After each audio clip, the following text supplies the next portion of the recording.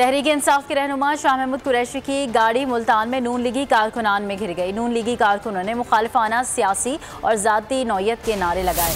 शाह महमूद कुरैशी काफ़ी देर कारकुनों में घिरे रहे। वाक़या उस वक्त पेश आया जब शाह महमूद कुरैशी की गाड़ी लीगी कारकुनान के हुजूम के पास से गुजर रही थी।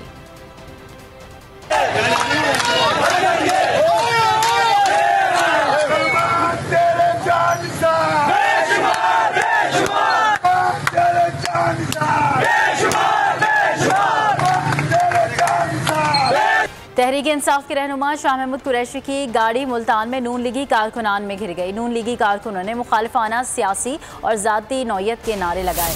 शाह महमूद कुरैशी काफ़ी देर कारकुनों में घिरे रहे। वाक़या उस वक्त पेश आया जब शाह महमूद कुरैशी की गाड़ी लीगी कारकुनान के हुजूम के पास से गुजर रही थी।